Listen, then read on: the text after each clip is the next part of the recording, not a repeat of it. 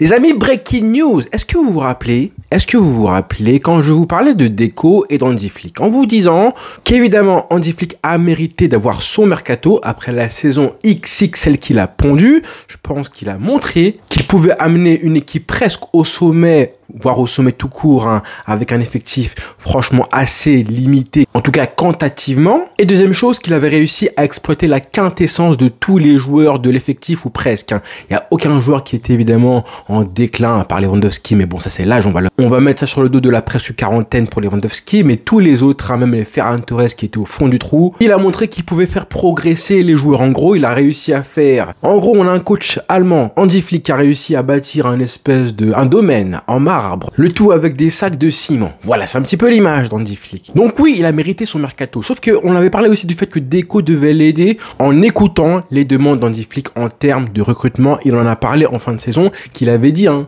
en disant les termes, en disant clairement en conférence de presse d'après-match, hein, je crois c'était lors du dernier match à domicile du Barça, que oui, il allait parler à Deco, lui dire un petit peu ce qu'il avait besoin en termes de renfort pour un effectif beaucoup plus fourni que ce qu'on a vu cette saison. C'est comme ça qu'on doit faire. Hein. Et c'est comme ça, rappelez-vous, que Xavi aussi avait fait dès qu'il était arrivé en 2021. Lui avait un peu plus de crédibilité, forcément, enfant du club. Laporta et Alomani avaient écouté tout de suite en offrant Ferran Torres lors du mercato d'hiver 2022. Et je me rappelle que ça avait été décrit comme un cadeau offert à Xavi à l'époque. Et c'est ce que mérite Hansi Flick aujourd'hui. Justement, breaking news, les amis. On en a parlé de l'ailier gauche, hein, Rashford, Luis Diaz, on a fait des débats. Puisque à la base, il était question d'avoir un duel entre les deux pour le potentiel recrutement d'un ailier gauche au Barça entre Rashford et Luis Diaz. Les deux favoris, sauf qu'aujourd'hui, breaking news qui vient de la Catalunya Radio, qui nous rapporte une excellente nouvelle sur le fait que Hansi Flick en personne aurait recommandé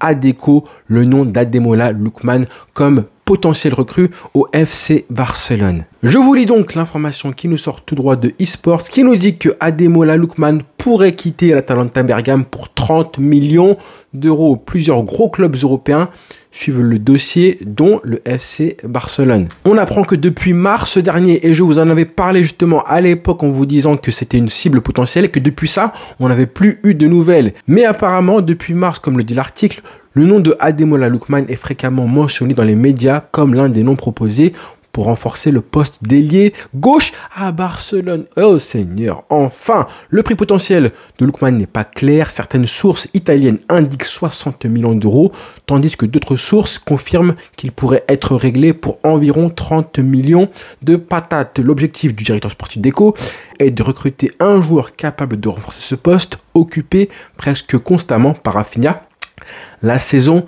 dernière. Le contrat de Lookman avec l'Atalanta court jusqu'à juin 2026, dans un an. Ça, c'est hyper important aussi.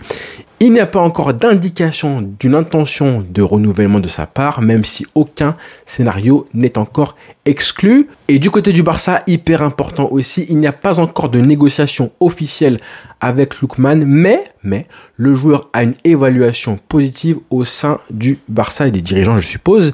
La décision finale dépendra de la disponibilité des conditions financières appropriées. Le défi réside de la concurrence que le Barça devra faire face, évidemment, car plusieurs grands clubs européens suivent également le joueur, notamment l'Atlético Madrid, Liverpool, Manchester United, Chelsea et la Juventus de Turin. Merci eSports 13 pour cette information qui nous fait plaisir. Honnêtement, depuis quand bien de temps on en parle de Lookman, que ce soit vous, moi, pour évidemment un mercato idéal du Barça que je ferai enfin ce samedi. Vous ne vous inquiétez pas, samedi matin, vous aurez la vidéo de mon mercato idéal à moi. Maintenant qu'on a beaucoup d'informations, qu'on sait un petit peu normalement quelles sont les prétentions du club en termes de mercato. En gros, on a des vrais indices pour savoir si oui ou non ce sera un mercato léger avec un seul gardien recruté ou plutôt un mercato ambitieux. On a des signes vraiment concrets. La preuve, c'est qu'on a eu d'autres rumeurs qui sont venues compléter tout ça, en plus de Lookman ce matin concernant un latéral gauche, à savoir Grimaldo. Donc, honnêtement, je ne sais pas si le club va endurer encore une fois, parce que c'est possible hein, que le club se positionne encore une fois sur X joueurs et qu'à la fin on n'est personne. Mais quand même, quand je vois que Grimaldo, ça parle de faire sauter encore une fois, après Joan Garcia, une clause libératoire pour le faire venir, je me dis que le Barça a quand même de grosses ambitions. J'espère en tout cas. Concernant Lookman, les frères, oh là là. Bon déjà, commençons par Hansi Flick déjà. parce que c'est lui qui a suggéré le nom apparemment à Deco. En gros, le coach suggère un nom bien particulier au directeur sportif du Barça. Moi, ça me fait tellement plaisir et du bien de voir que déjà le Barça est sur le bon chemin en termes de pistes. Honnêtement, tous les noms qui ont été cités, à part hier soir Kingsley Coman qui m'a un petit peu déplu, mais que ce soit Leao, Nico Williams, Luis Diaz et Rashford, tous les noms cités, honnêtement, sont des profils qui seraient hyper intéressants pour le Barça. Il n'y a pas un flop, il n'y a pas un joueur, tu te dis, là, attention, côté Barça, c'est un peu compliqué, même Rashford. Je sais qu'il y a pas mal de gens qui étaient un petit peu sceptiques, mais Rashford, c'est plus une inconnue sur le niveau du joueur actuellement, alors que le potentiel, on le connaît chez Rashford. À son prime, il est peut-être plus fort que possible, plus fort que tous les mecs qu'on ait cités parmi les cibles du Barça. Mais le fait que le club aille sur un Lookman, moi ça me rassure dans le sens où, encore une fois, le Barça est sur la bonne voie, cherche le bon profil. Vraiment, c'était l'ailier gauche qui va être buteur à la fois, percutant sur son côté, qui va apporter aussi à Baldé. Bref, là on est dans le concret là. On est vraiment, je pense vraiment sur la bonne voie. Le club cherche vraiment au bon endroit. Et aussi, il faut louer et remercier Hansi Flick, parce que c'est lui qui en parle apparemment. Alors vous allez me dire, je l'ai vu passer aussi, les gens qui disent oui que c'est un petit peu le travail du directeur sportif à la base, de Deco, de trouver les noms et pas Hansi Flick. Sauf que c'est justement ça en fait, un club qui travaille bien. C'est un club où le directeur sportif et le coach, justement, travaille main dans la main pour trouver le profil parfait et adéquat à l'équipe. Donc, certes, apparemment, Luis Diaz est le profil préféré de Deco, mais un mec comme Lookman, qui serait désiré par Hansi Flick, je pense qu'il faut l'écouter, Hansi Flick. 100% confiance au coach allemand, encore plus quand on voit l'information qui dit que c'est une option intéressante financièrement, car il partirait pour 30 millions d'euros. Honnêtement, quand tu fais le choix entre Luis Diaz, 70 millions d'euros, voire 85 environ, on va dire, même si le Barça réussit à faire baisser le prix, ça va pas être 30 millions d'euros. Donc je vous demande, juste là comme ça, réfléchissez un petit peu, entre Luis Diaz, 70 millions d'euros environ, on va dire, Rashford, peut-être en prêt, mais possiblement 48 millions d'euros l'année suivante ou je sais pas quand. Et pour finir, Ademola Lookman à 30 millions d'euros. Je pense qu'on va pas se leurrer qu'il y a une opportunité de marché de dingue là à faire. Pour un joueur en plus qui devrait partir, qui pourrait partir selon l'information de la Catalonia Radio. On sait qu'il est en froid avec Gasperini. On se rappelle des mots très durs de Gasperini à son sujet après une rencontre. En gros, il l'a affiché clairement. Donc moi je pense qu'il finira par partir. D'ici la fin de l'été, je pense qu'il partira, même si Gasperini apparemment pourrait aussi quitter l'Atalanta. Je pense qu'il partira cet été. Et si jamais il part à Liverpool ou à la Juventus, encore la Juventus, franchement, ce serait vraiment pas logique.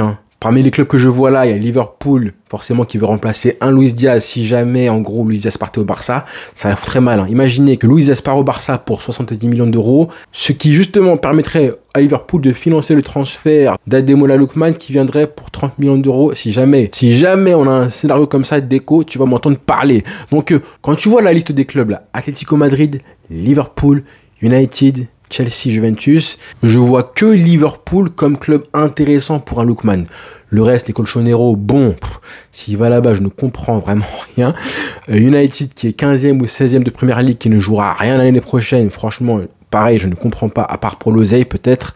Chelsea, eux ils joueront la C1, peut-être que c'est un petit peu mieux, voilà, mais la Juventus, pour moi c'est une stagnation, pareil, c'est un petit peu la même chose que l'Atalanta Bergame. S'il veut franchir un vrai cap, il faut aller à Liverpool ou au Barça, tout simplement, pour un joueur qui a une cote énorme en Europe, évidemment grâce à ses exploits, que ce soit cette année, mais aussi l'année dernière, on se rappelle son triplé en finale d'Europa League, qui est juste un match historique, pour un joueur qui a un profil hyper intéressant, parce qu'il pourrait jouer le numéro 9, donc attention Lewandowski si jamais tu flops, qui joue aussi, qui percute bien sur le côté gauche, qui physiquement aussi en impose, c'est un joueur hyper puissant, ça faut le dire, qui a une vitesse aussi qui est rapide et qui a évidemment un énorme sens du but. Donc voilà, ça me paraît un petit peu trop beau, on verra évidemment comment ça se passe pour le Barça, on en est très très loin et que des rumeurs pour l'instant, pas de négociation, pas de discussion entre le joueur, l'agent et le club pour l'instant, mais plus le temps va passer lors du mercato et plus je pense que les clubs seront en position de force pour faire baisser le prix de Lookman. Si jamais on arrive au mois d'août et que le joueur est toujours à l'Atalanta Bergame, qui n'est pas encore parti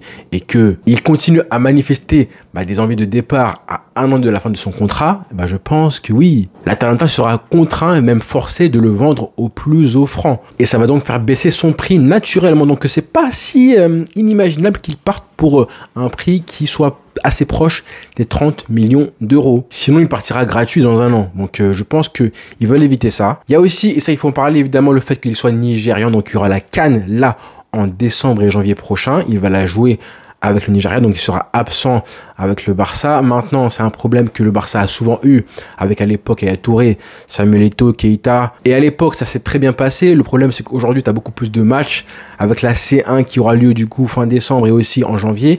Ça peut être un petit problème. Mais encore une fois, hein, si Hansi Flick le veut, moi, je fais confiance à 1000%. Encore une fois, à Hansi Flick. C'est tellement bizarre hein, que le club, enfin, se penche sur les cibles adéquates lors du mercato. On n'est pas habitué à ça. Hein. C'est un petit peu trop beau. Je sais pas ce qui se passe là en ce moment, mais il y a forcément une anguille sous roche. Mais le Barça, je trouve, est sur la bonne piste et ça me rassure. Pour l'instant, on verra. On parle beaucoup là, mais pour l'instant, toujours zéro transfert. Que le Barça se positionne, discute, négocie. Bon, on attend un petit peu. Hein. Évidemment, le premier devrait être Joan Garcia. Reste à savoir quand. Ce matin, on a aussi eu l'information concernant Grimaldo, comme je disais, latéral gauche du Bayer Leverkusen, qui pourrait du coup intéresser le FC Barcelone. Son prix quand même, en tout cas sa valeur marchande, hein, qui atteint les 40 millions d'euros, mais qui a une clause libératoire qui s'élève à 18 millions d'euros maximum. C'est intéressant pour le Barça aussi. Sauf que là, je mets un petit bémol parce que je trouve que c'est assez cher, pas pour le joueur, mais pour un poste de doublure, de numéro 2. Parce que qui tu fais jouer Grimaldo, Alejandro Baldé, je ne sais pas, je pense que Baldé part avec une petite longueur d'avance. Pour l'instant, en tout cas, je pense aux yeux de Flick, parce qu'il est là tout simplement. Après, c'est pas excessif, hein, 18 millions d'euros, c'est plus excessif par rapport aux finances actuelles du Barça. Ça, je le précise, hein, mais bon, après, on veut un effectif riche, donc pourquoi pas aller prendre ce risque-là, parce que c'est un super joueur qu'on connaît depuis évidemment très très longtemps, que je voulais venir voir au Barça. Il y a maintenant un bon moment de ça, sauf qu'il a maintenant 30 ans, hein, le temps passe vite, hein, Grimaldo. Donc s'il venait au Barça en acceptant le rôle de doublure de Baldé, pourquoi pas. Mais à mon avis, hein, si on avait un des deux côtés comme latéral à acheter, je pense que ce serait plutôt à droite, parce que la paire Koundé-Eric Garcia, ce ne sont pas deux vrais latéraux de métier, alors que là à gauche tu as quand même un Gérard Martin qui peut assurer, je pense, progressivement. Il devrait s'améliorer, donc il peut assurer l'intérim, en tout cas un rôle de doublure pendant 1 ou 2 ans minimum, parce qu'on sait que doublure à terme et à force, ça frustre de ne pas jouer. Et là, en l'occurrence, on parle de Alejandro Grimaldo, 30 ans, qui est un numéro 1 en puissance, hein, qui a encore de très belles années devant lui, je pense, donc je pense qu'il voudra jouer tout simplement. À voir. Même si honnêtement, pour avoir un effectif riche et fourni et une vraie pointure comme doublure, moi je prends tous les jours évidemment. Donc voilà pour l'actu du mercato d'aujourd'hui qui est assez riche finalement. Qu'est-ce qui se passe? Je sais pas. Allez les frères, du coup rendez-vous ce soir pour normalement parler du duel qui aura eu lieu entre Ter Stegen et Cristiano Ronaldo. Allez les frères, bonne nuit à tous. Ciao.